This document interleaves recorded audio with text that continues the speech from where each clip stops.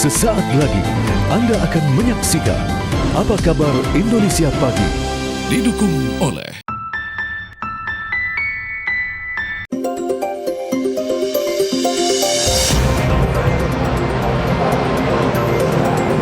Presiden Prabowo Subianto melantik Sudaryono sebagai Kepala Badan Gizi Nasional yang baru menggantikan posisi Nanik Sdeyang yang mengundurkan diri karena alasan kesehatan.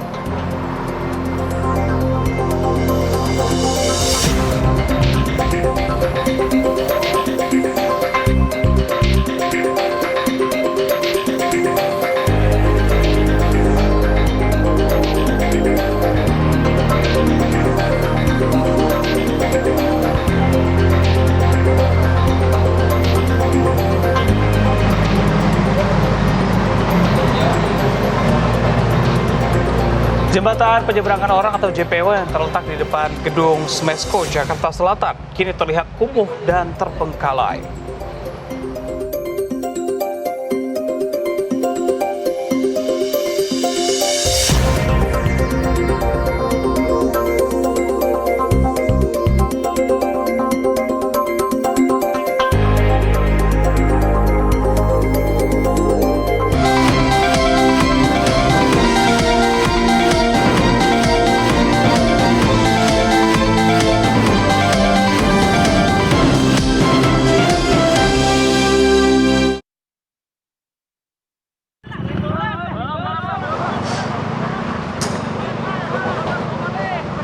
Assalamualaikum, selamat pagi pemirsa. Kami awali Apa Kabar Indonesia pagi hari ini dengan informasi terkait dengan begal.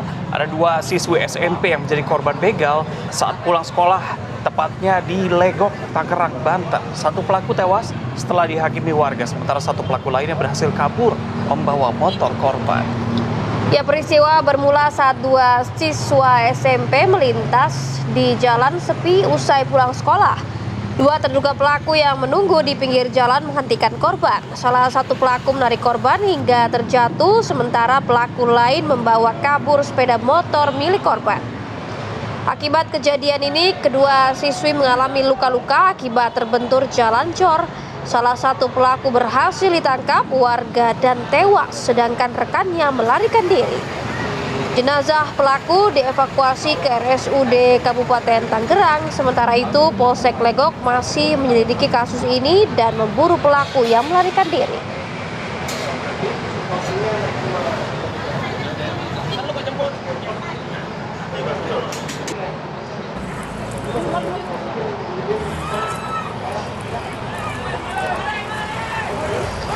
Viral di media sosial, seorang pelaku babak belur dihakimi warga di Desa Tinggar, Kecamatan Kadu Gede, Kabupaten Kuningan, Jawa Barat.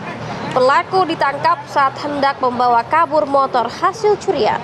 Ya, pelaku ini telah tertangkap usai mencuri motor milik warga. Aksi terjadi saat korban motornya terparkir di depan rumah dengan kunci yang masih menempel. Pelaku memanfaatkan kesempatan untuk membawa kabur motor, namun aksinya dipergoki oleh anak korban yang langsung berteriak maling. Pelaku yang melarikan diri berhasil ditangkap oleh warga dan menjadi amukan warga. Polisi yang tiba di lokasi langsung mengamankan pelaku beserta dengan barang bukti kunci letter T. Kepada petugas, pelaku mengaku beraksi bersama rekannya yang masih buron. Pelaku juga mengaku merupakan residivis kasus narkoba. Akibat perbuatannya, pelaku kini telah ditahan untuk pemeriksaan lebih lanjut.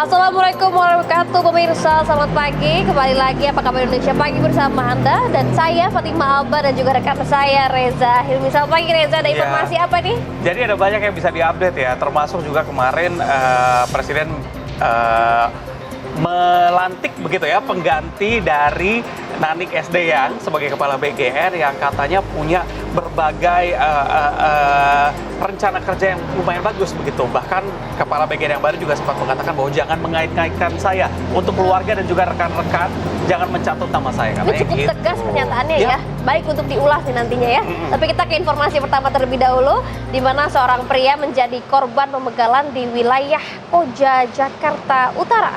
Iya, lagi-lagi ya, aksi begal masih terjadi di kawasan Jakarta dan juga sekitarnya. Kami hadirkan video viralnya untuk Anda, pemirsa. Ini ada seorang pria yang terlihat tergeletak bersifat darah, tepatnya di Jalan Koramil, Gang Mandiri, Rawabadak, Koja, Jakarta Utara pada Rabu malam, di mana warga yang mengetahui kejadian ini langsung melaporkannya ke pihak kepolisian. Korban kemudian dievakuasi menggunakan ambulans ke Rumah Sakit Koja untuk mendapatkan penanganan medis.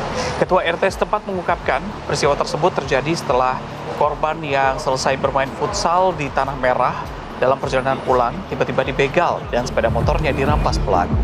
Polisi telah melakukan olah TKP dan meminta keterangan saksi untuk mengusut tuntas kasus ini.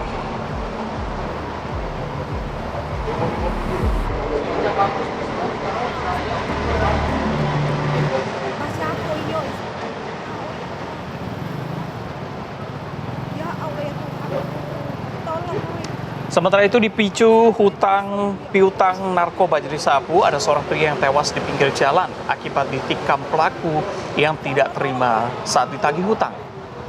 Raji Fandri terkapar bersimbah darah di pinggir jalan kawasan Wai Itam, Jalan Kapten Anwar Arsyad, Kota Palembang, Sumatera Selatan.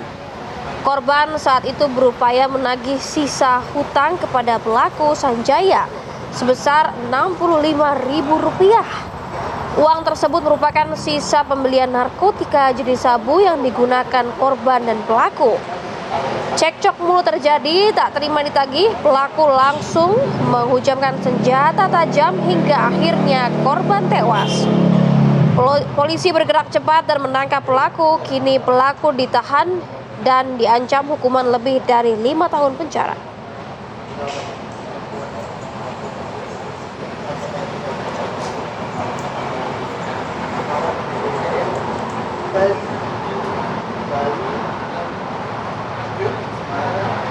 Viral dugaan video aksi perundungan terhadap sesama siswi SMP negeri di Kota Bengkulu beredar di media sosial.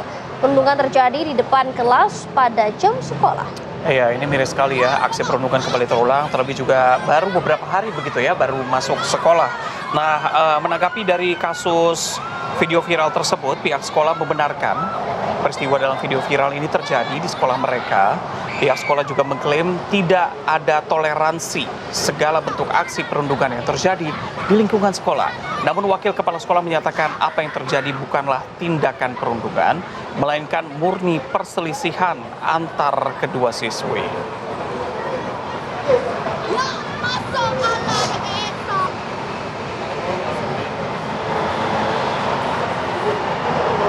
Miris banget, terlebih juga hari ini ya, sebagai Hari Anak Nasional kita harapkan memang tidak ada lagi aksi perundungan di lingkungan sekolah. Kita ke kabar berikutnya untuk Anda pemirsa, ini di mana informasi ada 3 warga sipil yang tewas ditembak oleh kelompok bersenjata OPM, pimpinan Kopi Tua Heluka, tepatnya di Jalan Trans Papua, Kabupaten Yahukimo. Korban terdiri dari sepasang suami istri, Kumis Kogoya, dan istrinya dari suku Unaukam. Kops TNI Habema terus berkoordinasi untuk melakukan penyelidikan dan pengejaran terhadap OPM. Kops TNI Habema memperketat pengamanan.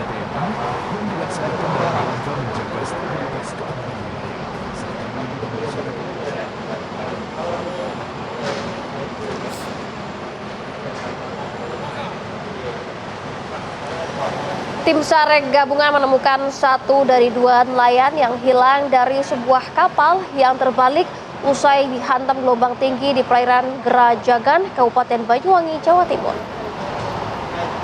Korban ditemukan dalam kondisi telah meninggal dunia sekitar setengah mil dari titik awal kapal terbalik. Korban ditemukan, usai ditemukan, jasad korban ini langsung dievakuasi tim SAR gabungan menggunakan perahu karet ke daratan. Sejumlah kerabat yang menunggu di tepi pantai tidak kuasa menahan kesedihan setelah mengetahui bahwa korban ditemukan dalam kondisi meninggal dunia. Sebelumnya kapal motor nelayan yang membawa 31 ABK terbalik saat hendak menuju daratan usai melaut di perairan selatan Banyuwangi. Puluhan ABK seketika terjun ke laut, 27 ABK berhasil menyelamatkan diri dengan berenang ke daratan.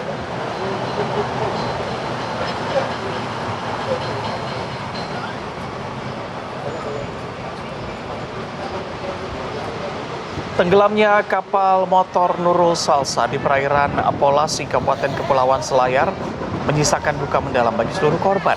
Salah satunya Diska Yanti yang harus kehilangan kedua orang tuanya dalam kejadian naas tersebut. Diska Yanti usia 7 tahun harus menghadapi kenyataan pahit setelah menyaksikan ibunya meninggal dunia dan terpisah dari ayahnya yang berusaha menyelamatkan sang istri saat berjuang menyelamatkan diri. Diska dan kedua orang tuanya menjadi korban KM Nurul Salsa. Diska berhasil bertahan hidup bersama 5 orang lainnya dengan berpegangan di atas gabus selama 4 hari. Diska bersama kelima korban lainnya ditemukan oleh kapal nelayan asal Bulukumba di sekitar Laut Flores, Kepulauan Sagean, berbatasan dengan Pulau Sabalana, Kabupaten Pangkep. Hingga saat ini tim SAR gabungan terus melakukan pencarian hingga hari ke-8 dan akan dilakukan hingga hari ke-10.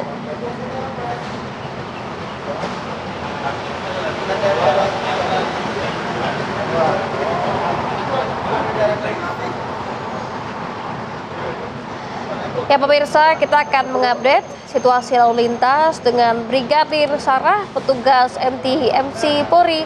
Selamat pagi Brigadir Sarah, silakan dengan informasi Anda. Baik, terima kasih Fatima dan juga Reza, serta selamat pagi pemirsa. Kita akan mengajak Anda untuk mengupdate informasi arus lalu lintas melalui pantauan CCTV NTMC Korlantas Polri. Dan untuk pantauan arus lalu lintas yang pertama dari kawasan JPO Taman Anggrek, Jakarta Barat. Di mana situasi arus lalu lintas pada pagi hari ini dari arah Selipi akan mengarah ke Grogol pada jalur arteri dalam keadaan kondusif ramai. Peningkatan sudah terlihat pada kawasan ini ataupun dari tol dalam kota, dari arah Jakarta yang akan mengarah ke tol airport Jalan Profesor Sudiatmo. Kami menghimbau bagi Anda untuk tetap menjaga batas aman kecepatan kendaraan Anda ataupun menjaga jarak aman kendaraan Anda dengan kendaraan lainnya. Dan yang kedua, kita bergeser ke kawasan JPO Polda Metro Jaya, Jakarta Selatan.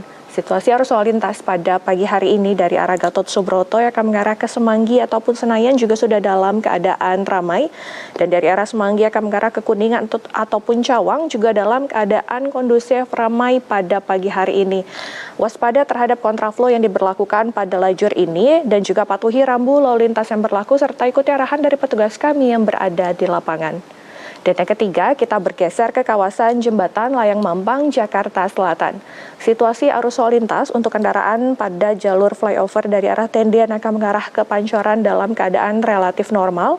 Dan pada jalur arteri ataupun jalur tol dari arah Pancoran yang akan mengarah ke Kuningan sudah mengalami peningkatan volume kendaraan dan tentu akan terus meningkat hingga pukul 10 pagi hari nanti. Sebelum Anda memasuki kawasan ganjil genap, pastikan plat nomor kendaraan Anda sudah sesuai dengan tanggal yang berlaku pada hari ini. Dan yang terakhir, kita bergeser ke kawasan JPO Korlantas, Jakarta Selatan. Situasi arus lalu lintas pada pagi hari ini dari arah Cawang yang akan mengarah ke Gatot Subroto juga dalam keadaan kondusif ramai ataupun dari dalam tol. Dari arah Cawang yang akan mengarah ke Semanggi juga dalam keadaan kondusif ramai lancar. Kami menghimbau bagi Anda untuk tetap waspada dengan tetap menjaga batas aman kecepatan kendaraan Anda ataupun menjaga jarak aman kendaraan Anda dengan kendaraan lainnya. Dan berdasarkan data IRSMS Korlantas Polri, angka kecelakaan lalu lintas di seluruh Indonesia 1 kali 24 jam terjadi sebanyak 286 kasus laka lantas dengan rincian 33 meninggal dunia, 35 luka berat dan 386 luka ringan. Dari 286 kasus laka lantas tersebut 77% terjadi pada waktu siang hari.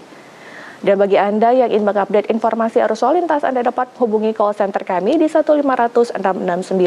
Demikian informasi arus lalu lintas yang dapat kami sampaikan pada pagi hari ini. Stop pelanggaran, stop kecelakaan, keselamatan untuk kemanusiaan. Salam presisi, kembali ke Reza dan juga Fatimah di studio. Baik, terima kasih Brigadir Sarah atas laporan lalu lintasnya. Selamat kembali bertugas. Kita ajak pemirsa untuk jeda terlebih dahulu ya. Kami akan kembali dengan informasi terkait dengan Presiden Prabowo Subianto yang kemarin telah melantik Sudaryono sebagai Kepala Badan Gizi Nasional yang baru menggantikan posisi Nani Estean. Selengkapnya usai jeda, tetap bersama kami.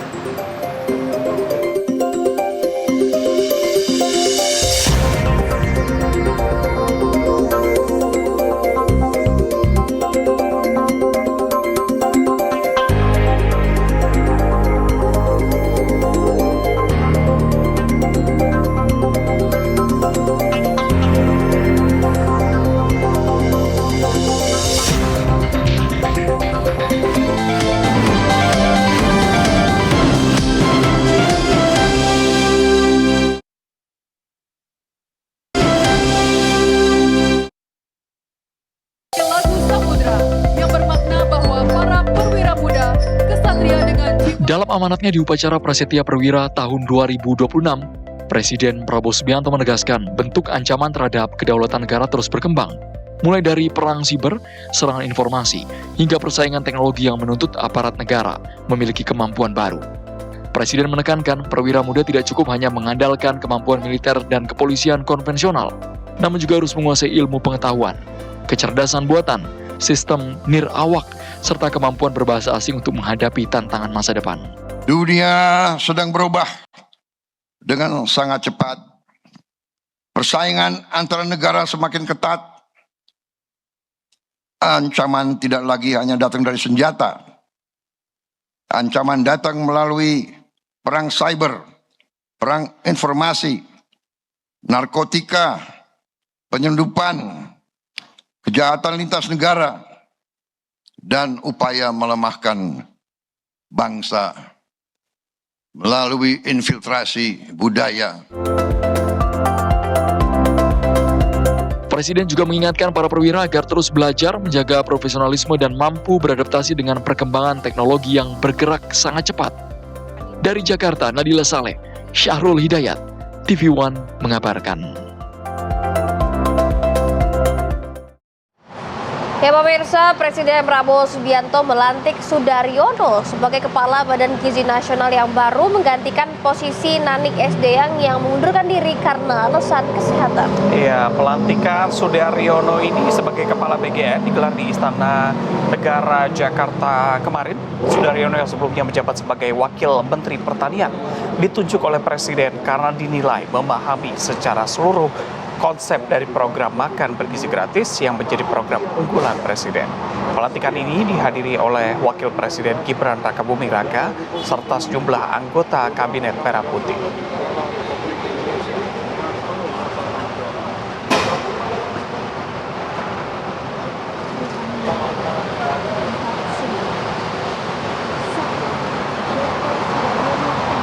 Kita ke kabar berikutnya pemirsa. Sidang pra-peradilan ketiga yang diajukan oleh Roy Suryo terkait dengan permohonan rehabilitasi dan ganti kerugian di Pengadilan Negeri Jakarta Selatan ditunda hingga pekan depan. Jadi penundaan ini terjadi karena proses pemanggilan pihak termohon masih belum selesai sesuai dengan ketentuan hukum acara. Sidang pra-peradilan ketiga yang diajukan oleh Roy Suryo terkait permohonan rehabilitasi dan ganti kerugian di Pengadilan Negeri Jakarta Selatan ditunda menjadi 29 Juli mendatang. Hal tersebut dikarenakan pemanggilan pihak termohon belum selesai sesuai ketentuan hukum acara. Tim kuasa hukum Roy Suryo membantah tudingan bahwa permohonan pra-peradilan ketiga diajukan untuk mengulur jalannya persidangan. Pasalnya, pemohonan diajukan dalam tenggang waktu 14 hari sesuai putusan hakim. Mereka juga menegaskan Roy Suryo masih berstatus tersangka sehingga memiliki hak mengajukan permohonan pra-peradilan.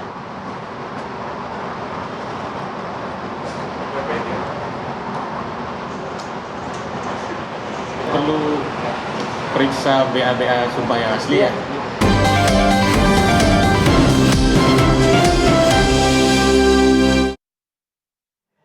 Ya, Anda masih bersama kami di Apa Kabar Indonesia Pagi, pemirsa. Ini kemacetan panjang ya terjadi di kawasan Cakung, Jakarta Timur yang diduga akibat dari antrian aktivitas bongkar muat truk yang terjadi di beberapa depo di kawasan Jakarta Utara. Jadi para sopir ini memilih untuk mematikan mesin untuk mengirit bahan bakar bahkan sampai tertidur di kontainer.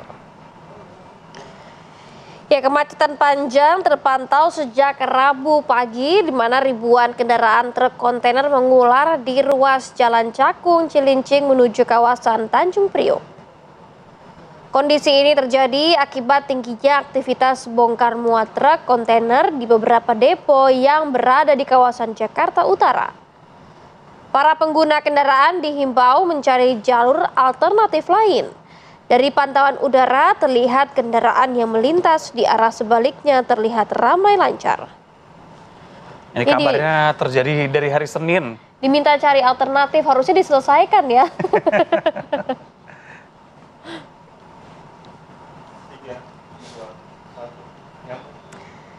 Ya, kemacetan panjang lebih dari 5 km terjadi di sepanjang Jalan Raya Bekasi Cakung, di mana petugas mengungkapkan kemacetan diakibatkan 2 gudang peti kemas yang secara bersamaan dilakukan bongkar muat dan menumpukannya peti kemas di dalam gudang tersebut.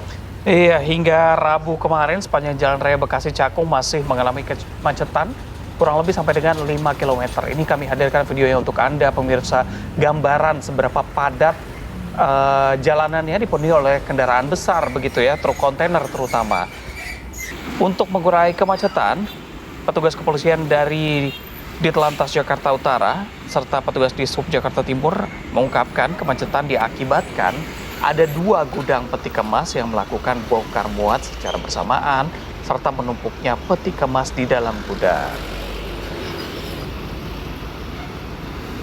Tadi kan kita lihat padat banget ya, dan nggak bergerak sama sekali. Ternyata salah satunya adalah di putaran ini, semua ngantri di sini. Oleh karenanya kita tutup putaran ini, ya, dan kita arahkan mereka untuk ke arah tanah Merdeka, biar mereka bisa nunggu di sana.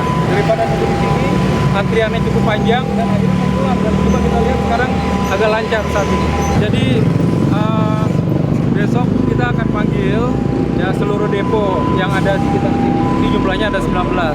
Di utara ada 7, di timur ada 7, di utara ada 12. Seperti itu. Nah, kita akan rapatkan dengan para depo itu semua. Iya, jadi ternyata nggak cuma pengguna jalan aja yang mengeluhkan kemacetan panjang ini, tapi sopir-sopir truk yang melintasi di Jalan Raya Bekasi Cakung, Jakarta Timur ini juga mengeluhkan kemacetan yang tidak kunjung usai. Kemacetan panjang ini membuat waktu mereka terbuang banyak. Tidak hanya itu, biaya untuk BBM juga menjadi bertambah. Nah, ya, mereka berharap nih ya adanya solusi dari kemacetan di wilayah Cakung yang telah terjadi selama beberapa hari belakangan ini. Kemacetan ini sejak kapan kalau boleh tahu? Sudah 2 hari yang lalu lah kurang lebih. 1-2 hari yang lalu. Abang sebagai supir truk sendiri melihat dampaknya apa nih Bang? Apa kerugian yang Abang rasakan nih Bang? Banyak waktu yang terbuang sih, itu aja. Iya, solarnya juga jadi 2 kali lipat. Tadi udah hampir 1 jam Mbak. Dari kemarin ini udah berapa hari macet terus jalan satu. Kerugian yang Bapak rasain apa Pak? Waduh, solarnya Bu, udah solar antri. Tolonglah pemerintah solar antri terus ini. Panjang, itu aja. Harapannya Pak supaya kemacetan ini segera lancar seperti biasa aja lah Mbak. Ya macet pun jangan lama-lama lah begitu. Udah hampir 3 jam saya mau ke garasi aja, ini udah hampir 3 jam habis bongkaran di gudang GLT. Kira-kira Bang kerugian yang paling Abang rasain Bang dari kemacetan panjang ini? Ya kerugian yang jelas finansial, tenaga, waktu sama ya banyak lah. Bahan bakar yang jelas itu. Ya, pemirsa, seorang balita berusia 4 tahun menjadi korban penganiayaan oleh ibu tirinya di Kabupaten Bekasi, Jawa Barat. Ya, sebelumnya korban ini telah menjalani perawatan intensif selama 1 pekan di rumah sakit. Korban akhirnya meninggal dunia. Setelah menjalani perawatan medis selama 1 pekan di Rumah Sakit Koja, Jakarta Utara, balita perempuan berinisial QSH berusia 4 tahun, korban penganiayaan oleh ibu tirinya di Kampung Poncol, Kecamatan Tarumajaya, Kabupaten Bekasi, Jawa Barat, mengembuskan napas terakhir pada Rabu malam. Korban sempat mengalami koma akibat luka berat yang dideritanya. Pihak keluarga menolak dilakukan autopsi dan memutuskan untuk langsung memakamkan jenazah korban di kampung halaman neneknya di Kabupaten Lebak, Banten. Menurut PLH Kapolres Metro Bekasi, korban meninggal dunia akibat luka-luka yang terdapat di hampir seluruh bagian tubuh. Jadi hasil pemeriksaan sementara kita sudah melakukan visum luar khususnya, terdapat jadi diantar ke rumah sakit itu sudah dalam kondisi koma, pingsan, tidak sadarkan diri. Nah, setelah dilakukan pemeriksaan, terdapat luka lebam di punggung, kemudian luka lebam di dada, luka lebam di tangan kiri dan tangan kanan, luka lebam di dahi, dan luka lecet di bokong kiri. Sementara setelah tadi malam meninggal, kami dari penyidik dan Polsek sudah membawa ke rumah sakit Kramat Jati untuk dilakukan otopsi untuk mengetahui penyebab kematian pastinya. Namun dari pihak keluarga tidak mengizinkan atau tidak berkenan untuk dilakukan otopsi, sehingga atas meninggalnya korban, penyidik menambahkan pemberatan pasal terhadap pelaku dengan menerapkan Undang-Undang Perlindungan Anak. Pelaku terancam pidana penjara paling lama 15 tahun. Saat ini pelaku yang merupakan ibu tiri korban sudah mendekam di sel tahanan untuk mempertanggungjawabkan perbuatannya. Dari Bekasi, Jawa Barat, Suryo Daryono, TV1 mengabarkan. Berikutnya pemirsa, seorang dokter muda yang sedang menjalani program koas di Rumah Sakit Sukadana ditemukan meninggal dunia di dalam kamar sebuah guest house di Kota Metro, Lampung. Guest House Sakina di Jalan Imam Bonjol, Kecamatan Metro Pusat, Kota Metro Lampung mendadak heboh setelah seorang penghuni ditemukan meninggal dunia di dalam kamar. Korban diketahui bernama Muhammad Zulfikar Drakel, berusia 26 tahun, mahasiswa Fakultas Kedokteran Universitas Indonesia yang sedang menjalani program koas di Rumah Sakit Sukadana, Kabupaten Lampung Timur. Polres Metro bersama tim Inafis melakukan olah tempat kejadian perkara. Menurut Agus, karyawan Guest House Sakina, memang beberapa hari korban tidak pernah kelihatan keluar kamar. Karena curiga, akhirnya pengelola penginapan membuka pintu kamar dan mendapati korban sudah meninggal dunia di dalam kamar mandi. Selanjutnya jenazah korban dievakuasi ke Rumah Sakit Ahmad Yani Metro untuk menjalani pemeriksaan medis dan autopsi sebagai bagian dari proses penyelidikan pihak kepolisian.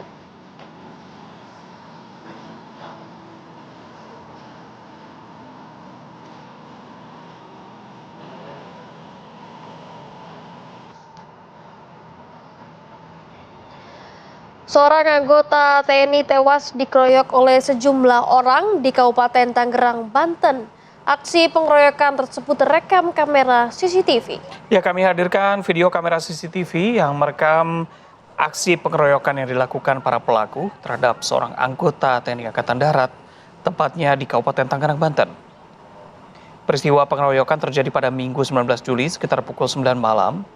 Keesokan harinya jasad korban yang merupakan anggota TNI AD ditemukan warga dalam keadaan tergeletak di pinggir jalan. Usai menerima laporan dari warga, petugas gabungan dari Korem 052 dan Polres Tangerang Selatan bergerak cepat menangkap 7 orang pelaku. Saat ini pihak kepolisian masih mendalami motif pengeroyokan dan penusukan yang mengakibatkan korban tewas.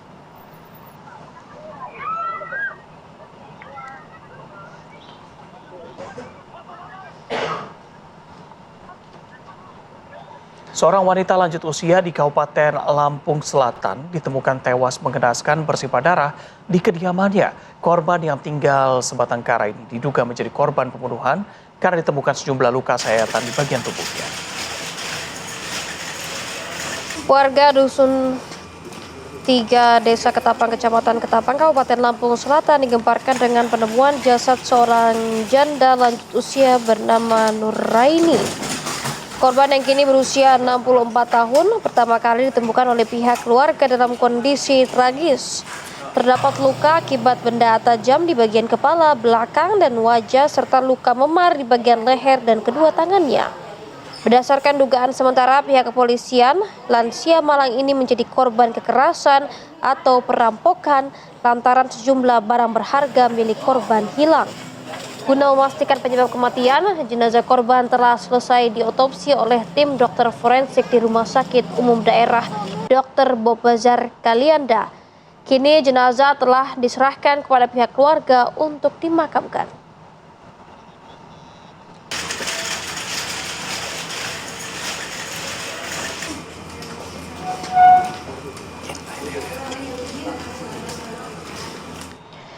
Ya pemirsa, usai jeda kami akan menghadirkan informasi mengenai jembatan penyeberangan orang yang terletak di depan gedung Sumesko Jakarta Selatan kini terlihat kumuh dan terbengkalai. Saat lagi informasi.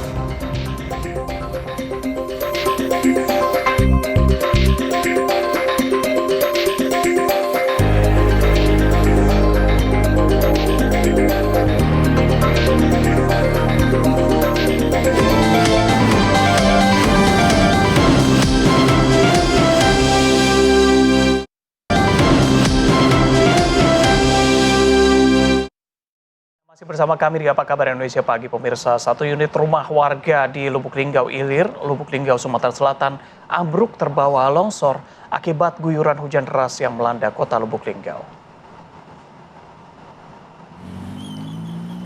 Sebelum kejadian, pemilik rumah menyadari dan mendengar adanya suara retakan pada dinding rumahnya dan langsung berusaha menyelamatkan diri beserta seluruh keluarganya. Peristiwa yang terjadi siang hari kemarin membuat sebagian warga di Kelurahan Lubuk Linggau Ilir, Kota Lubuk Linggau panik dan berhamburan keluar rumah. Setelah mengetahui adanya rumah yang ambruk terseret longsor, warga bergotong royong membantu menyelamatkan harta benda yang ada di dalam rumah itu. Pasca kejadian, petugas pemadam kebakaran dan penanggulangan bencana Kota Lubuk Linggau melakukan evakuasi dan memberikan tanda peringatan kepada warga dan pengguna jalan agar berhati-hati khawatir terjadi longsor susulan.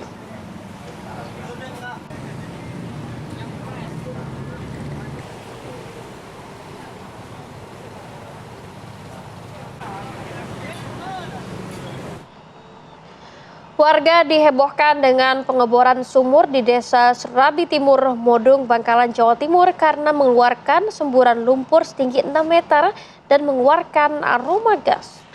Kejadian bermula saat seorang warga melakukan pengeboran sumur untuk keperluan air bersih dan pengairan lahan di musim kemarau. 2 hari kemudian tiba-tiba muncul gelembung pada air lumpur yang keluar yang diduga bercampur dengan gas. Selain itu, gesekan pipa besi pengeboran menimbulkan percikan api yang terus menyala. Petugas sudah berkoordinasi dengan instansi terkait untuk segera dilakukan pemeriksaan, termasuk terkait dengan kandungan zat yang keluar. Atas kesepakatan warga, mereka menutup sementara area sumur bor dan menghentikan seluruh aktivitas di area demi keselamatan warga sekitar. Tinggi juga semburannya ya, dan bahaya sekali kalau misalnya memang ada gas di sana. Harapannya memang segera dicari begitu ya. Ini butuh penelitian lebih lanjut nampaknya ya.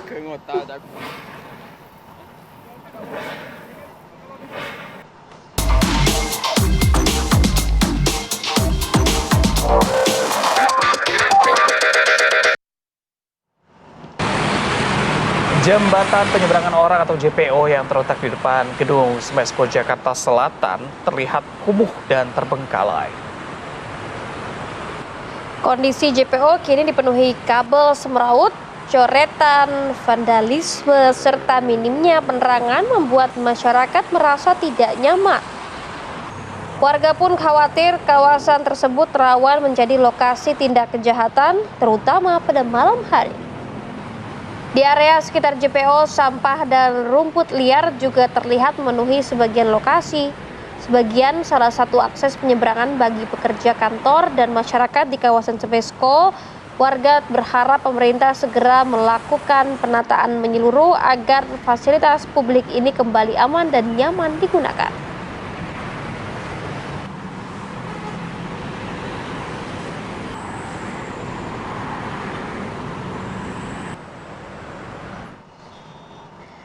Dan untuk melihat situasi di lokasi sudah rekan Josephine Kezia di sana. Selamat pagi Kezia, apakah kondisi JPO ini sudah mulai diperbaiki atau memang masih semraut kondisinya? Silakan Kezia.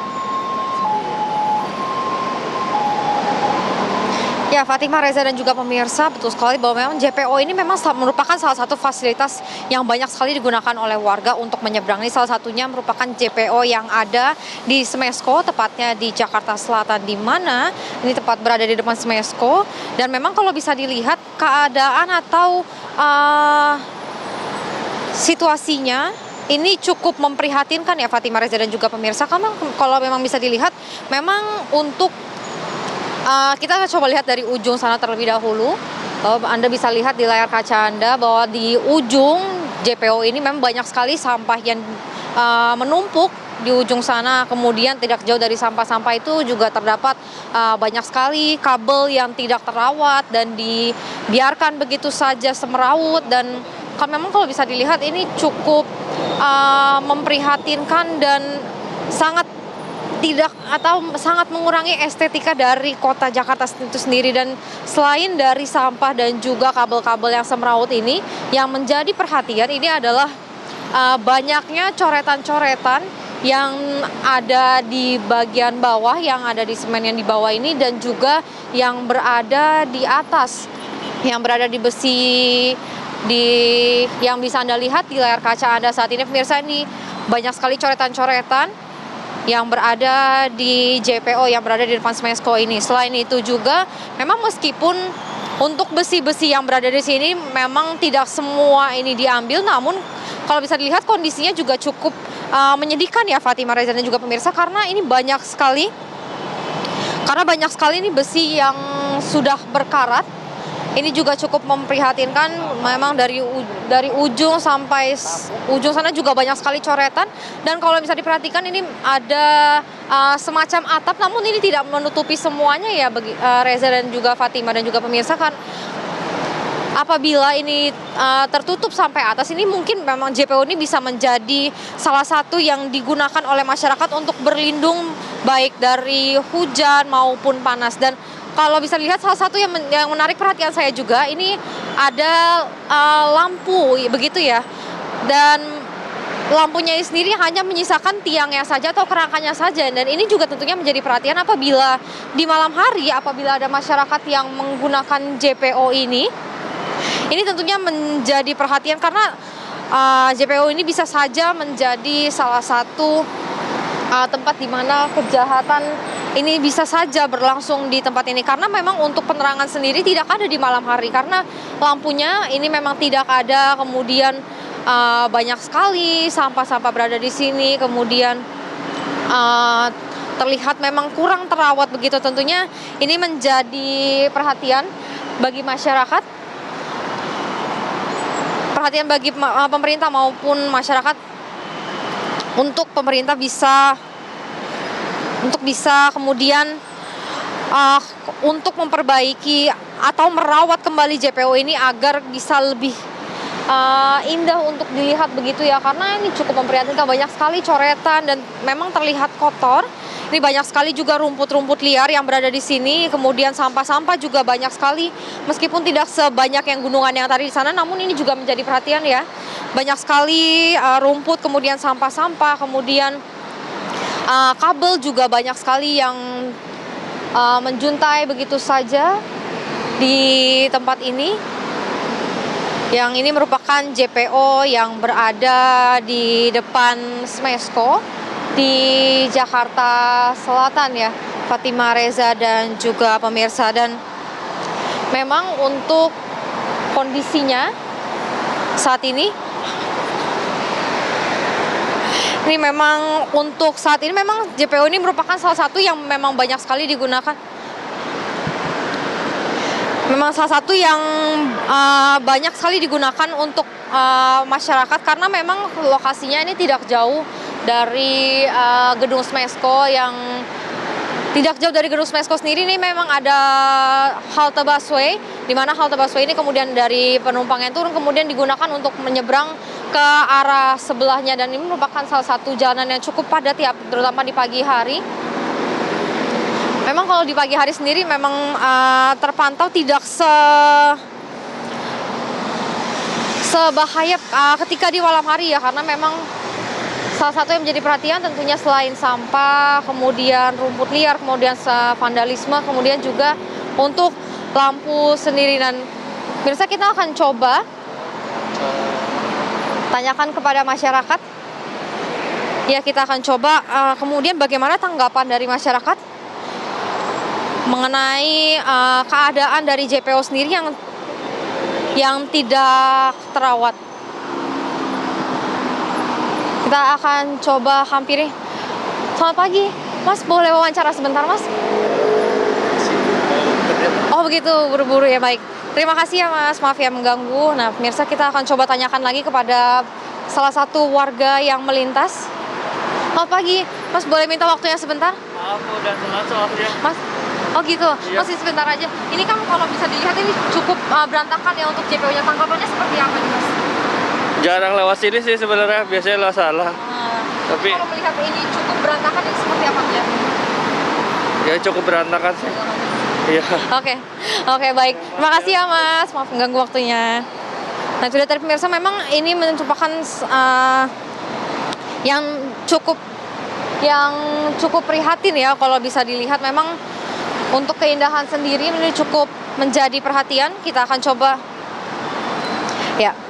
Baik, Fatimah, Reza, dan juga pemirsa, memang ini menjadi salah satu yang harus diperhatikan dari pemerintah untuk kemudian membenahi kembali JPO yang berada di Smesko di Jakarta Selatan. Demikian, kembali ke studio. Baik, terima kasih Kezia atas laporannya. Kalau dilihat memang banyak sekali vandalisme dan juga terlihat kumuh ya. Harapannya memang segera diperbaiki di sana. Terima kasih Kezia, selamat kembali bertugas.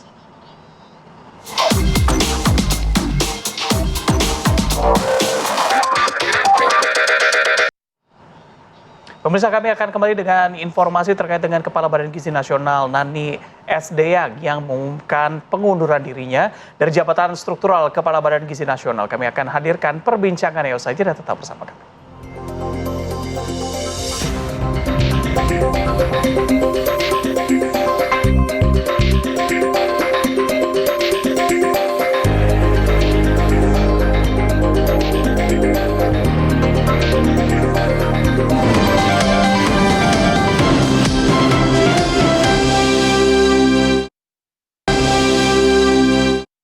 Dipecat, men.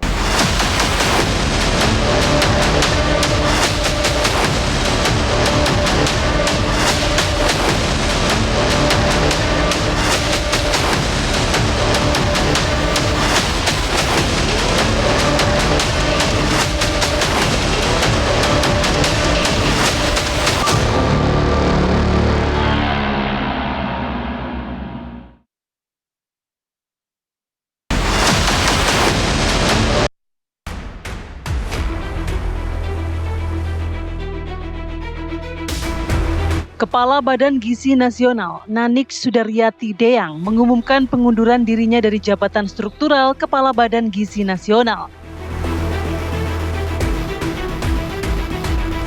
Keputusan mundur Nanik S. Deyang yang terbilang mendadak ini diambil agar ia dapat fokus menjalani pengobatan penyakit jantung. Informasi itu diumumkan sendiri oleh Nanik melalui akun media sosial Facebook miliknya. Ia pun pamit kepada Presiden Prabowo Subianto untuk menjalani pengobatan di luar negeri. Bergerak cepat untuk mensukseskan program strategis nasional, Presiden Prabowo Subianto melantik Sudaryono sebagai Kepala Badan Gizi Nasional yang baru, menggantikan posisi Nanik S. Deyang yang mengundurkan diri karena alasan kesehatan. Pelantikan digelar di Istana Negara Jakarta. Sudaryono yang sebelumnya menjabat sebagai Wakil Menteri Pertanian ditunjuk Presiden Prabowo karena dinilai memahami secara keseluruhan konsep dari program makan bergizi gratis yang menjadi program unggulan Presiden. Pelantikan ini dihadiri Wakil Presiden Gibran Rakabuming Raka dan sejumlah anggota Kabinet Merah Putih. Apakah langkah ini sebagai strategi pemerintah untuk membenahi program makan bergizi gratis? Tim TV One mengabarkan.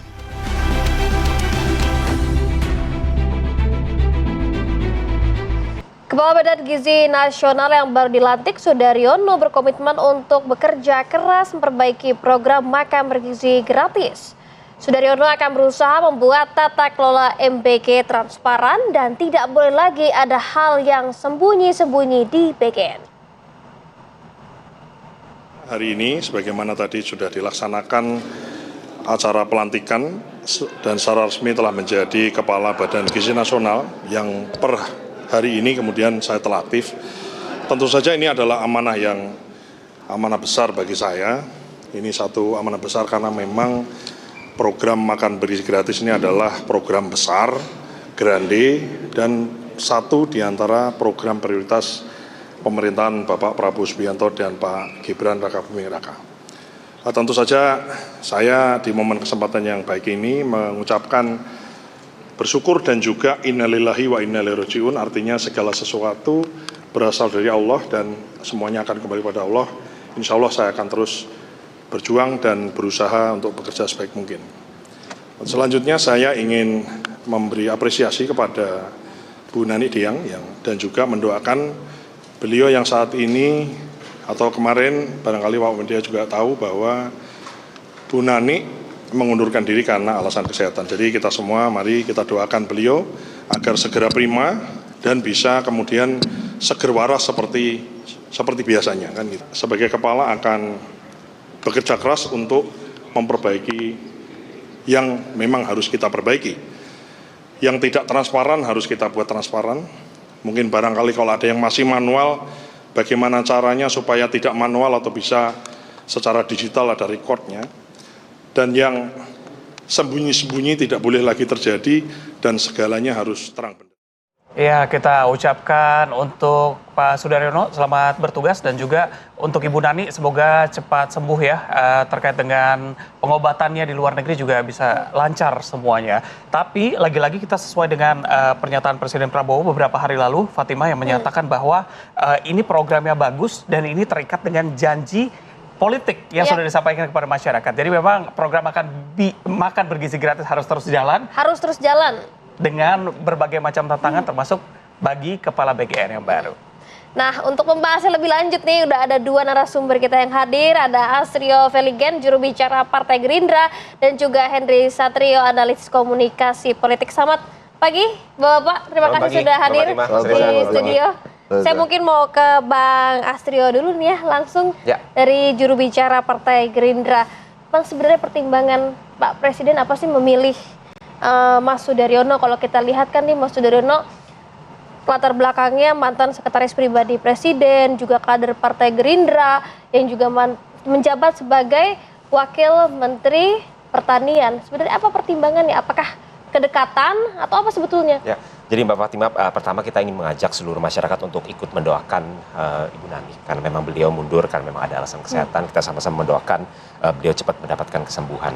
Nah, tetapi kalau kita pahami track record daripada Pak Kepala BGN yang baru, Pak Sudaryono, yang sebelumnya menempati jabatan dari Wamentan, ini memang merupakan sebuah posisi yang dari awalnya ini sangat berdekatan dengan program makan bergizi gratis atau program dijalankan oleh BGN.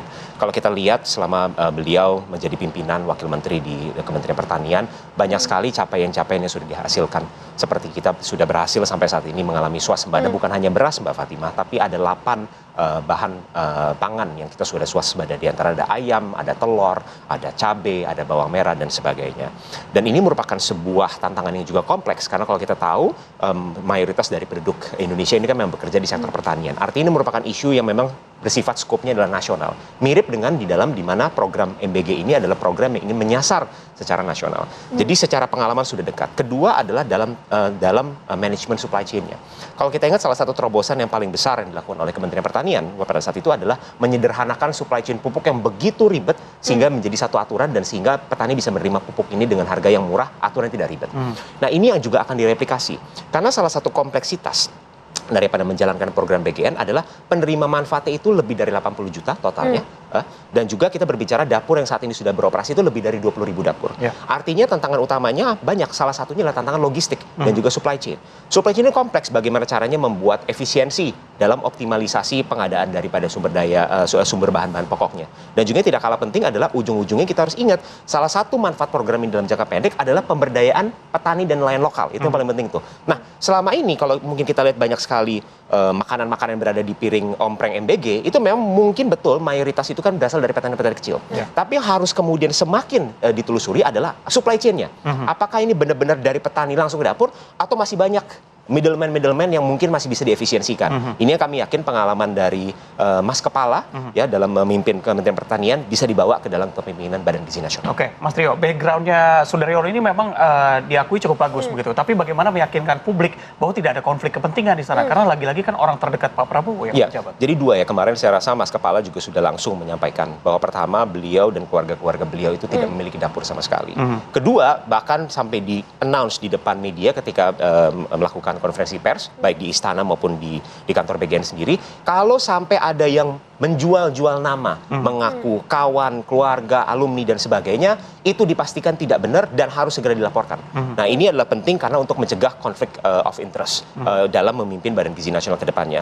Tapi yang lebih penting adalah, Mas Reza, ada komitmen untuk mengakui kesalahan-kesalahan yang selama ini sudah ada dan keinginan untuk mereformasi daripada tata kelola itu sendiri. Saya rasa itu spirit yang harus kita apresiasi dan juga kita kawal bersama-sama. Bang Hendra melihatnya dengan ada sosok Daryono ini, apakah cukup membawa angin segar untuk publik atau sama-sama aja sih? Gini, Mas Daryono ini memang orang dekatnya Pak Prabowo. Dan saya bisa menyebutnya beliau ini kamus perjalanannya Pak Prabowo juga. Jadi pada saat Mas Daryono diangkat, menurut saya ini hal yang sangat positif bagi perbaikan BGN, terlepas apapun alasan Mbak Nani ya. Dan yang menarik justru adalah pengakuan dari Mas Daryono ketika dilantik kemarin. Pada saat dia berjumpa dengan teman-teman pers, dia mengakui harus ada perbaikan, transparansi, tidak ada sembunyi-sembunyi. Ini yang penting, bahwa memang di internal pemerintahan mengakui ada yang nggak benar gitu di MBG. Jadi pada saat Mas Daryono bicara seperti itu hal positif sebetulnya in terms of management. Karena sebelumnya kan ada hal yang kontroversial yang disampaikan oleh Wakil Kepala BGN, bahwa siswa kaya dan super kaya tidak akan mendapatkan MBG. Walaupun masih wacana, cuma di kesempatan kali ini menurut saya kita mesti ingatkan bahwa wacana itu bahaya sekali.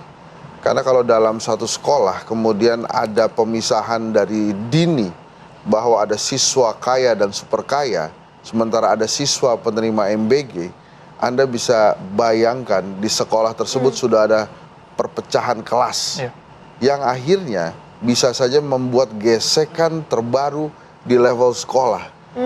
Semangat kita diseragamkan, baju seragam bahkan sampai sepatu hitam dari SD, SMP, SMA, itu adalah untuk mengeliminir bahwa tidak ada orang yang miskin, yang kaya, bahkan super kaya di sebuah sekolah negeri, ya saya katakan. Kalau kemudian pemisahan kelas ini dimulai dari MBG, bayangkan anak-anak yang masuk di kelas MBG sebagai penerima MBG, apa perasaannya?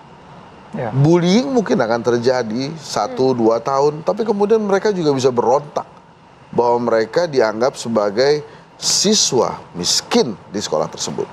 Maka dengan adanya Mas Daryono ini, saya menilai tidak hanya harus ada perbaikan di manajemen MBG, tapi juga jangan sampai MBG menjadi titik awal perpecahan di Indonesia. Maka bagaimana diaturnya supaya anak-anak atau siswa-siswa yang tidak perlu menerima MBG ini tidak kemudian menjadi sasaran perpecahan kelas gitu. Ya, waktu itu sudah sempat beberapa kali disebutkan oleh Presiden bahwa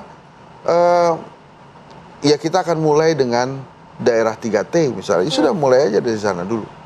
Jadi Jakarta, Surabaya, Bandung gitu ya, saya tahu masih ada yang berhak mendapatkan MBG, tapi mungkin bisa diatur untuk 3T terlebih dahulu. Ini memang sebuah program yang tidak mudah pelaksanaannya, walaupun kemudian Presiden tetap meyakinkan bahwa program ini ada. Yang kedua yang bermasalah juga menurut saya pada saat ada pebisnis yang melakukan bisnis di MBG. Itulah yang membuat Nani SD yang stres kan. Karena mungkin ada beberapa yang sudah begitu buat Nani. Iya, ada yang sudah mempersiapkan dapurnya, kemudian izinnya nggak keluar-keluar dan lain-lain. Tapi kemudian di sisi lain mungkin para pengusaha MBG yang belum bisa mengoperasikan dapurnya ini juga melihat kok ada juga orang-orang yang memiliki MBG sampai banyak betul gitu. Jadi ada beberapa sisi. Yang pertama adalah sisi keadilan yang harus bisa diwujudkan di program MBG ini. Kemudian yang kedua adalah bagaimana mengedukasi para pebisnis bahwa ini bukan bisnis ansih, tapi ada mimpi dari Presiden untuk bisa mesejahterakan rakyat Indonesia. Jadi PR-nya Mas Daryono ini bukan cuma tentang transparansi, perbaikan, dan lain-lain, tapi juga beberapa hal yang menunggu untuk segera diperbaiki. Ya salah satunya 2 hal yang saya sebutkan tadi. Tapi kalau in terms of pendidikan, Mas Daryono jelas banget pendidikannya. Dan mungkin ijazahnya juga ada semua gitu ya. Tapi ini adalah satu step baik gitu untuk hal positif dan harapan baru untuk Indonesia. Secara gitu. garis besar Anda merasa Daryono ini tepat begitu? Kalau menurut saya tepat, dan dia kan dekat dengan Pak Prabowo, artinya dia bisa akses langsung. Jadi kalau ada hal-hal yang mengganggu dalam program MBG, mungkin dia bisa akses langsung ke Pak Prabowo, karena seperti yang kita tahu, beberapa instansi pemerintah bahkan aparat pun punya dapur MBG gitu. Jadi mungkin dia bisa langsung, Pak ini saya mau cut ya yang aparat yang ini karena ini beginilah gitu. Harapan baru oke, tapi itu dia tadi tantangannya juga tidak mudah ya. Oke, Bang Esa, yang cukup menarik adalah saya mengutip langsung ya pernyataan dari Sudaryono kemarin, MBG ini tender politik Presiden Prabowo Subianto. Kalau melihat KBBI, tender ini kan berhubungan dengan proyek begitu. Anda ngelihatnya gimana dari sisi politik dulu deh? Ya, itu kan janji Prabowo ya. Janji Presiden bahwa dia akan menyampaikan ini, akan melaksanakan ini gitu. Kalau menurut saya kan memang ada beberapa hal, ada masukan dari masyarakat bahwa cobalah moratorium dulu deh, dihentikan sementara, kemudian dipilah daerah-daerah mana yang harus beres nih. Nah ini karena tender ujung-ujungnya adalah ya nanti pada saat dibutuhkan untuk quote and quote langkah politik gitu ya udah dijalanin lagi. Tapi menurut saya ini harus diberesin dulu. Kan kemarin ada lagi keracunannya. Nah, begitu ada keracunan lagi, so artinya rakyat menilai bahwa ada perbaikan mungkin selada dan lele itu nggak ada. Tapi kemudian, oh ternyata masih ada keracunan-keracunan yang harus segera diperbaiki gitu. Not to mention, kemarin pada saat ada komodo versus buaya itu, ini digeret-geret lagi nih. Ini gara-gara kemarin MBG dibongkar dan lain-lain. Tapi menurut saya, segera saja diperbaiki.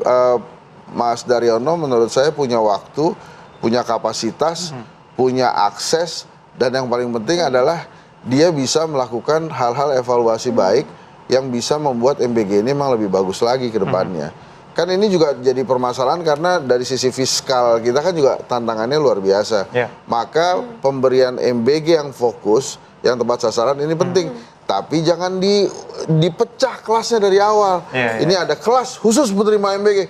Marah bos, lama-lama mereka-mereka ini kan minder pasti. Begitu masuk kelas MBG, dianggap sebagai siswa paling miskin di sekolah tersebut. Jangan sampai begitu juga. Oke, saya mau ke Bang Astrio melihat pemimpin baru lah ya. Biasanya pemimpin baru ini punya gaya baru, juga punya orang-orang baru lah. Apakah orang-orang yang sudah baru dilantik juga akan diganti atau seperti apa yang akan dibawa dan bagaimana sinergi yang akan dilakukan Mas Daryono di BGN saat ini? Ya, tentu saja itu merupakan nanti hak daripada Pak Kepala untuk menyusun formasi tim yang beliau rasa sesuai. Berarti mungkin ada pergantian lagi begitu? Dan itu kan tentu saja merupakan hak daripada Pak Kepala ya. Tapi satu hal yang pasti saya bisa ceritakan dari pengalaman saya mengenal beliau, karena kami sebagai sesama kader Partai Gerindra adalah saat ini Pak Kepala ini menjabat juga sebagai Ketua DPD Partai Gerindra di Jawa Tengah. Dan dari pengalaman-pengalaman yang sudah kami lihat, beliau ini sangat dekat dengan akar rumput. Jadi bahkan selama menjabat sebagai Wamentan, itu kan irisannya berdekatan sekali karena di pertanian ini kan banyak sekali menyuplai barang-barang pangan untuk ke dapur-dapur MBG. Beliau mendapatkan banyak sekali masukan dari grassroots. Jadi ini Pak Mas Dar ini sebenarnya adalah seorang figur yang sangat dekat dengan grassroots. Artinya apa? Ini menjadi penting karena artinya seorang sosok pemimpin yang tidak mudah di ABS-in. Seorang sosok pemimpin yang mengerti betul kondisi di lapangan seperti apa, tidak mudah percaya dengan isu yang belum tentu benar, tapi akan datang langsung memverifikasi pengecekannya secara langsung. Nah, jadi itu merupakan salah satu nilai utamanya. Kedua adalah kita juga harus berbicara fair. Saat ini mungkin sekarang ada beberapa permasalahan. Sekarang kita lagi mau mereformasi tata kelolanya. Kita harus ingat dari 28.000 dapur yang kurang lebih sudah beroperasi. Selama ini kurang lebih sudah ditindak sekitar 3-4 ribu dapur. Artinya apa, Mbak Fatima? Justru mayoritas dari dapur-dapur yang sudah ada, walaupun ada banyak yang bermasalah, tapi lebih banyak lagi justru dapur yang tidak ada masalah. Yang berjalan dengan benar, yang zero incident, benar-benar makanannya bagus, kualitas food safety-nya juga bagus. Jangan sampai ini juga yang aktivitas yang sudah berjalan dengan baik ini justru mengorbankan dapur-dapur yang sudah baik. Itu yang pertama. Kedua adalah yang tidak kalah pentingnya adalah kita sebagai sebuah negara, kita harus membuat sebuah trust daripada pihak swasta, trust daripada masyarakat. Salah satu elemen trust yang perlu dijaga ini adalah bagaimana caranya negara bisa honoring the contract. Artinya adalah kalau memang harus secara objektif dinilai, kalau memang ada sekali sudah kita pemilih yang sudah berjalan selama ini, yang sudah berlalu kita memakai sistem kontrak dengan menggunakan mitra yayasan, kalau memang yayasan-yayasan itu memang sudah memenuhi kontrak sebagaimana mestinya, menjalankan dengan baik, maka kontrak itu juga harus di-honor. Tapi sebaliknya, kalau memang ditemukan penyimpangan, baik itu dari titiknya, baik itu daripada pemilihan pengurusnya, baik itu dari handling supply chain-nya, maka itu harus ditindak juga dengan tegas. Nah, ini saya rasa kami percaya bahwa ini adalah merupakan gagasan-gagasan yang akan menjadi salah satu pertimbangan dari Pak Kepala yang baru. Oke, Mas Trio, tadi Bung Hensa dan juga kita mengapresiasi di awal Mas Daryono mengakui bahwa memang ada kesalahan, ada yang harus diperbaiki dari Badan Gizi Nasional, termasuk juga makan bergizi gratis begitu ya. Apa saja sebenarnya permasalahan yang ada yang diketahui oleh Partai Gerindra supaya kita bisa samakan nih masalah di lapangan sama yang diketahui oleh partai sebenarnya sama atau enggak ya? Bisa dijawab usai jeda ya. Kita jeda terlebih dahulu. Kembali usai jeda bersama kami di Apa Kabar Indonesia Pagi.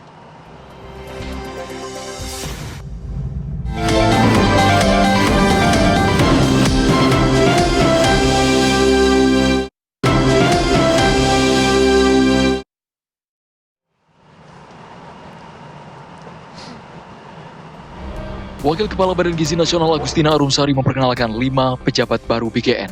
Para pejabat tinggi media ini telah direstui Presiden melalui Kepres. Arumsari menyebut BGN butuh pejabat baru yang lebih kompeten untuk fokus perbaikan tata kelola program makan bergizi gratis. Mereka adalah Lili Hamilia selaku Sekretaris Utama, Prima Yosefin Berliana menjadi Deputi Bidang Sistem dan Tata Kelola, Zainuri, Deputi Bidang Penyediaan dan Penyaluran, Mariman Darto menjabat sebagai Deputi Bidang Promosi dan Kerjasama, lalu BGN juga melibatkan mantan jaksa, Ketut Sumedana, mengemban amanah sebagai Deputi Bidang Pemantauan dan Pengawasan. Saya senang karena sekarang saya punya tim yang akan mengkaji dari sisi kesehatan, akan mengkaji dari sisi pendidikan, akan mengkaji dari sisi hukum, akan mengkaji dari sisi keuangan negara. Itu saya senang. Sekarang ya, jadi mudah-mudahan nanti kajian kami akan lebih lengkap. Kalau kemarin kan kami masih bertiga, masih agak jalannya agak tertatih-tatih lah mungkin dengan kami bertiga, dan bapak-bapak yang kemarin kan sebenarnya sudah pensiun sebenarnya gitu. Nah itu. Rekam jejak para deputi ini diharapkan dapat menghasilkan program ketepatan sasaran dan SOP yang transparan dalam pelaksanaan makan bergizi gratis. Tim TV One mengabarkan. Harus mundur atau kenapa tidak cuti saja, ini kan kita kembalikan kepada yang bersangkutan ya, Mas. Ini kan kita juga tidak bisa memaksakan, karena yang mengerti kondisi pribadinya adalah beliau, dan kita sangat menghormati sikap dan jiwa besar beliau dengan beliau mengajukan pengunduran diri, dan tentu saja mewakili Bapak Presiden, mewakili pemerintah dalam kesempatan ini kita juga ingin menyampaikan terima kasih atas pengabdian Ibu Nani, meskipun waktunya sangat singkat, tetapi banyak gebrakan yang beliau lakukan bersama dengan pimpinan BGN yang lainnya, Ibu Arumsari dan Pak Trenggono, dalam masa kurang lebih 1 bulan ini untuk memperbaiki seluruh kekurangan-kekurangan yang ada di Badan Gizi Nasional kita. Pengunduran diri dari Ibu Nani sebagai Kepala Badan Gizi Nasional tentu harus kita hormati Dan jika alasan utamanya adalah kesehatan, maka saya juga mendoakan agar Ibu Nani bisa segera pulih dan juga diberikan kelancaran dalam menjalani proses pengobatan. Namun yang lebih penting dari sekedar pergantian figur adalah bagaimana momentum ini bisa dilakukan untuk terus melakukan pembenahan total terhadap BGN dan juga program makan bergizi gratis. Karena selama ini kita juga sudah menyaksikan terlalu banyak permasalahan yang ada ya, dari kasus keracunan, tata kelola yang masih berantakan, hingga berbagai persoalan pelaksanaan yang kita lihat ada di lapangan. Karena itu pergantian kepemimpinan harus menjadi momentum untuk terus mengevaluasi dan juga melakukan desain ulang dari program ini agar bisa mengutamakan keamanan pangan, ya, bisa lebih tepat sasaran, dan juga tentu memperhatikan kondisi fiskal ya dari negara kita. Ya, kita lanjutkan dialognya Mas Trio. Tadi saya sempat nanyakan, sebenarnya Mas Daryono tahu gak sih permasalahan yang ada di akar rumput begitu? Jangan sampai permasalahan yang dia tahu tuh berbeda dengan masalah di lapangan. Ya, ini saya rasa seperti yang sudah disampaikan Pak Kepala kemarin, bahwa karena posisi beliau adalah sebelum di Kementan, banyak sekali beririsan dengan program-program MBG. Dan dalam catatan kami, setidaknya ada 5 permasalahan yang kami yakin sudah diketahui oleh Pak Kepala dan memang harus segera diatensikan. Pertama, ini adalah terkait dengan titik dan juga mitra-mitra. Kalau selama ini kita memiliki ada banyak sekali temuan-temuan yang kemarin di zaman Bu Nanik itu, ada banyak sekali titik-titik yang terlalu berdekatan lokasinya, yang seharusnya tidak harus sebanyak itu. Maupun apakah pemilihan daripada mitra-mitra ini memang sudah sesuai dengan SOP dan juknis daripada penunjukan mitra, maupun evaluasi ke depan, apakah nanti kita bisa semakin melibatkan peran daripada kantin-kantin sekolah, terutama kalau kita berbicara daerah-daerah yang mungkin density daripada sekolahnya tidak terlalu padat, seperti di daerah-daerah metropolitan. Lalu yang kedua adalah penerimanya. Ya, kami mendukung bahwa penerima ini harus lebih dioptimalkan. Ini merupakan program untuk seluruh anak-anak Indonesia, tapi terutama yang paling membutuhkan saat ini terutama adalah anak-anak kita yang berada di daerah-daerah 3T, anak-anak kita yang berada di kategori 3B itu juga saya rasa baik. Ya, kita berbicara kalau untuk penanganan stunting itu 1000 hari pertama, artinya dari ibu hamil sampai anak-anak yang prasekolah juga harus menjadi salah satu fokus utamanya. Ketiga yang tidak boleh main-main sama sekali adalah food safety. Jadi kita berbicara insiden itu bukan harus dikurangin, Mas Reza. Itu harus dihilangkan karena kita berbicara masalah food safety. Nah, kalau kita berbicara food safety artinya penanganan SOP daripada pengolahan makanan itu harus benar ketat. Mulai dari pengadaannya, penyimpanannya, memasaknya, packagingnya sampai pengirimannya. Ya, ini semua harus. Bu Nani kan sering tuh datang keliling ya, memastikan bahwa penyimpanannya termasuk juga pengirimannya. Tapi ke depan ini seperti yang sudah disampaikan oleh Mas Kepala kemarin, bahwa kita tidak boleh lagi rely hanya kepada person to person atau hanya berdasarkan penglihatan semata, tapi harus menggantungkan pada sistem dan teknologi. Karena itulah cara satu-satunya supaya zero incident ini bisa kita ciptakan. Keempat adalah soal tata kelola dan juga sourcing bahan baku. Jadi kita lihat sekarang kalau berbicara secara sourcing bahan baku, kita memang BGN sudah program MBG sudah memiliki mitra lebih dari 140.000 mitra. Memang banyak daripada mitra-mitra ini merupakan koperasi-koperasi, petani-petani kecil. Nah, ini yang semakin mungkin harus diperdalam agar kita memastikan bahwa di dalam rantai pasok mulai dari petani ini panen sampai masuk ke dalam dapur MBG ini tidak boleh ada jarak yang terlalu jauh. Terakhir adalah pengawasan. Pengawasan ini tidak boleh lagi hanya secara internal. Pengawasan internal baik, kalau nanti ada perwakilan dari BGN, ada juga nanti ada Dewan Pengawas itu baik, tapi yang lebih penting lagi Mbak Fatima, pengawasan eksternal. Kita berbicara dari BPOM, dari Kementerian Kesehatan, aparat penegak hukum, dan yang paling penting adalah pengawasan dari civil society dan dari masyarakat-masyarakat. Ini kalau bagaimana jalannya program ini ya, tapi saya mau kembali lagi ke pucuk pimpinan ataupun organisasi saya mau ke Bang Hensa, tadi kita udah lihat cuplikannya Bang, beberapa ataupun H-1 sebelum Bu Nani mengundurkan diri, ini Wakil Kepala BGN melantik beberapa pucuk pimpinan. Ini ada korelasinya nggak Bang melihatnya? Enggak mau saya. H-1 loh Bang. Iya. Dan saya yakin juga Bu Nani mungkin kan nggak hadir di situ. Dia sudah ingin mundur, tapi mungkin kesehatannya memaksa dia untuk segera mundur kan. Ya buat pejabat-pejabat baru kalau kemudian dia deg-degan gitu ya, wah gue diganti kan nih, ini kepalanya baru, ya boleh-boleh aja, wajar-wajar aja. Tapi silakan aja dibuktikan gitu. Tadi menarik sebetulnya pada saat dikatakan bahwa dukungan dan pengawasan. Dukungan itu harusnya dimulai secara internal. Saya yakin Mas Astria juga paham bahwa di lingkungan kabinet, komisaris-komisaris BUMN, ini juga banyak yang nggak setuju sama MBG.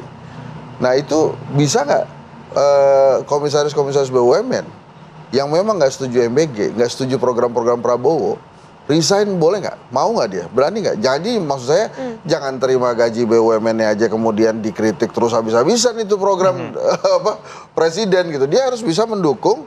Caranya gimana? Ya lakukan juga pengawasan internal. Jadi jangan kemudian ada komisaris BUMN ketemu Henry Satrio bilang emang tuh MBG lah. Lu makan gajinya, bos. Nggak usah lah, bos. Nggak usah saya bilang. Ya lu makan itu gaji lo di BUMN, kenapa nggak dukung program-program Prabowo gitu kan? Jadi ya udah dilepas aja, itu kan banyak ya komisaris BUMN yang mungkin juga nggak satu gerbong dengan Bang Astrio gitu. Yang kedua tentang pengawasan, saya sudah berkali-kali katakan, nah ini bagus ini Mas Daryono kalau kemudian mau mengajak masyarakat melakukan pengawasan sejak awal. Yang namanya anak sekolah, orang tua murid mau melakukan pengawasan terhadap pelaksanaannya MBG. Tapi yang ada apa? Keluarlah peraturan. Jangan difoto ya. MBG itu jangan di-upload. Jangan gitu terus gitu. Nah, ini harusnya bisa jadi titik balik, diajak aja. Oke, sekarang tolong dilakukan pengawasan tapi yang proporsional. Jadi kalau ada yang salah, boleh difoto, boleh diupload, tapi juga diberikan solusinya. Dikasih tahu siapa yang salah. Dan jangan sampai juga ini menjadi sebuah skenario dari lawan politik Pak Prabowo untuk melakukan itu juga gitu. Udah kita foto yang jelek-jelek, terus kita upload. Nah ini memang masalah pengawasan ini harus penting. Tapi menurut saya masyarakat sipil sejak awal anak-anak kita itu siswa-siswa sudah bantu pemerintah. Mereka mau kok melakukan pengawasan itu. Tapi tolong dicabut lah itu peraturan tidak boleh upload dan tidak boleh foto sama itu. MBG Watch juga ya. Ya ada MBG Watch kan dia lembaga, tapi kan ini kan anak-anak kita yang makan. Banyak siswa-siswa itu istilahnya itu ada penampung MBG. Jadi kalau ada yang nggak mau makan MBG, itu pasti ada yang mau makan. Gitu. Jadi kita juga jangan mengecilkan anak-anak kita itu semuanya begitu nggak mau ya nggak mau ditelantaran, enggak juga. Jadi mereka itu dalam satu kelas, terutama siswa-siswa yang perempuan misalnya, mereka tuh punya penampung gitu. Ini siapa yang mau MBG-nya gitu. Oh ya sini. Mereka begitu juga gitu. Tapi memang pengawasan dan dukungan ini perlu. Dukungan dan pengawasan yang paling penting datangnya dari internal pemerintahan Pak Prabowo.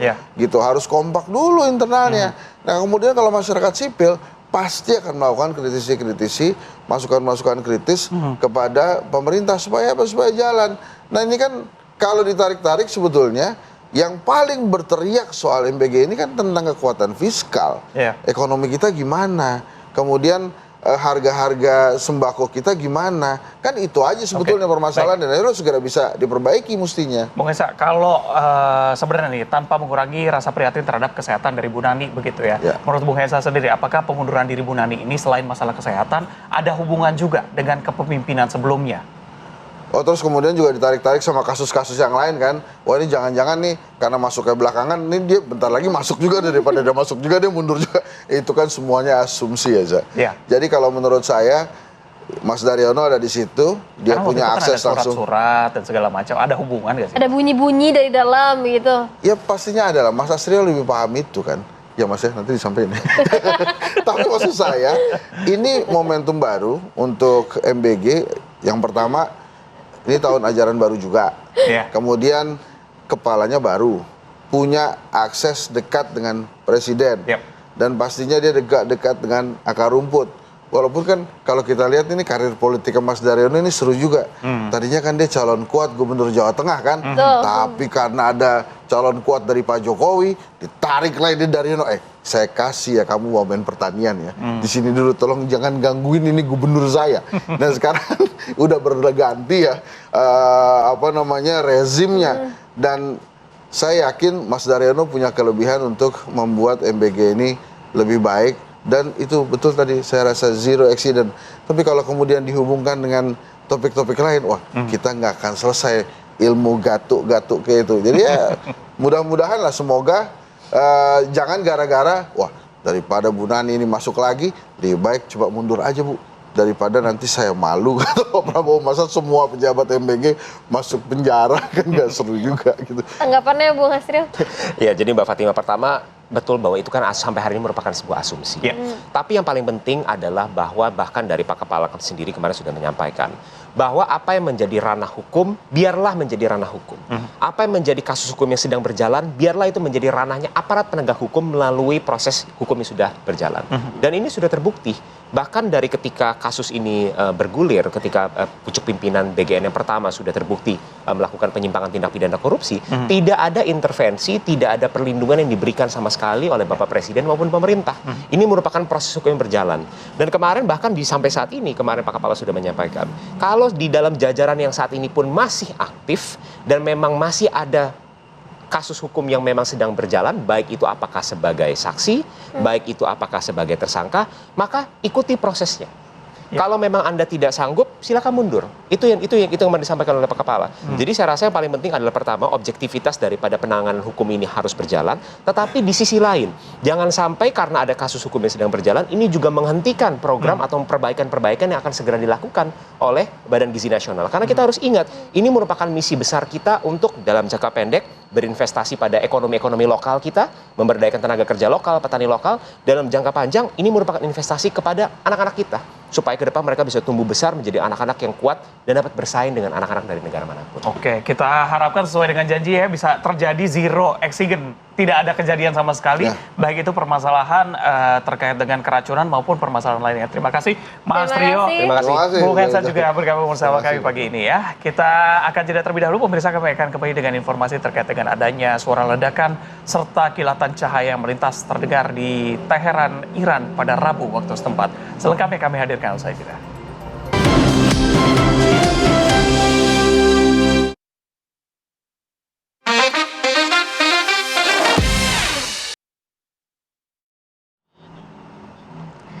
Ya pemirsa, viral video petugas penjaga palang pintu perlintasan Mengkereng Kediri, Jawa Timur tertidur saat KA Berantas Relasi Pasar Senen Blitar melintas.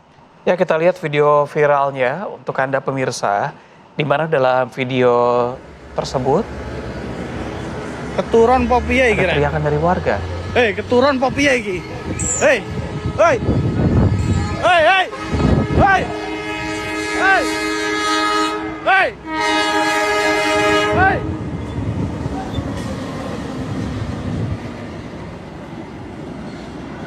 Keturun.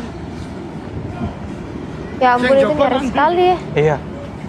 Kalau dilihat cukup ngeri ya. Jadi dalam video ini terlihat pemirsa ada truk yang nyaris tertemper kereta api saat melintasi palang pintu Kalur Mengkreng di Purwosari, Kediri sekitar pukul 1.48 waktu Indonesia Barat. Jadi pintunya ini tidak tertutup karena memang penjaga pintu terlihat ataupun diduga tertidur ketika berjaga. Seorang pria kemudian berteriak untuk menghentikan sejumlah truk yang hendak melalui area palang pintu.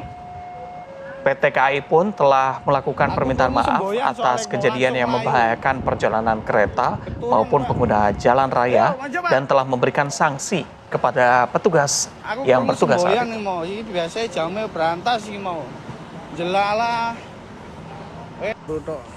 Resiko ketika ada perlintasan sepidang seperti ini, tapi untuk pembangunan flyover juga membutuhkan biaya begitu. Harapannya memang ketika ada palang pintu ya petugas yang berjaga juga tetap menjalankan tugasnya dengan baik. Tetap waspada begitu tetap ya, waspada. Karena ini berkaitan dengan nyawa banyak orang. Iya, kita. Ya pemirsa, seorang pria diamankan petugas setelah diduga melakukan pelecehan seksual terhadap seorang penumpang perempuan dalam bus Transjakarta rute Puri Beta Kota Tangerang. Ini masih aja ada melakukan pelecehan seksual di transportasi umum. Iya, padahal kalau Anda sebagai pengguna bus Transjakarta itu di dalam tuh selain pengumuman stasiun berikutnya, halte berikutnya penurunan, ada pengumuman juga bahwa memang di dalam bus Transjakarta ini ada CCTV, petugas juga tidak main-main menangani Anda terkait dengan permasalahan pelecehan seksual, bisa diserahkan ke jalur hukum juga begitu ya. Jadi terduga pelaku ini juga melakukan tindakan tidak senonoh di dalam bus dengan membuka resleting celananya saat berada dekat dengan korban. Peristiwa tersebut kemudian diketahui oleh penumpang lain dan dilaporkan kepada petugas yang bertugas. Akhirnya pelaku diturunkan di halte Seskoal Kebayoran Lama untuk penanganan petugas lebih lanjut. Langsung di blacklist lah harapannya ya. Iya, langsung dihukum juga lah nih orang-orang kayak gini biar jerak. Mengkhawatirkan apalagi buat kita yang perempuan naik transportasi umum ya.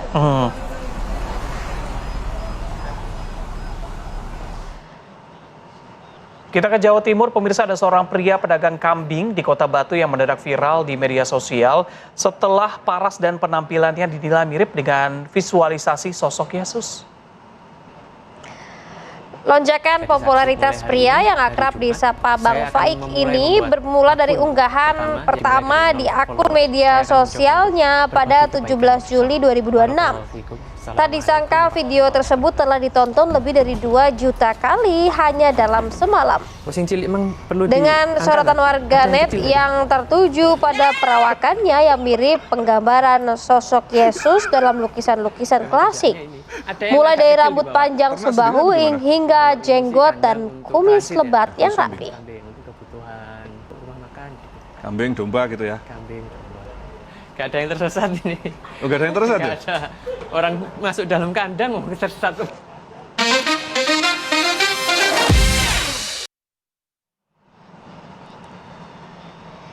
Dan pemirsa, informasi tadi sekaligus menutup perjumpaan kita di pagi hari ini. Seperti Malbar. Saya Reza Balu ya, terima kasih. Sampai jumpa.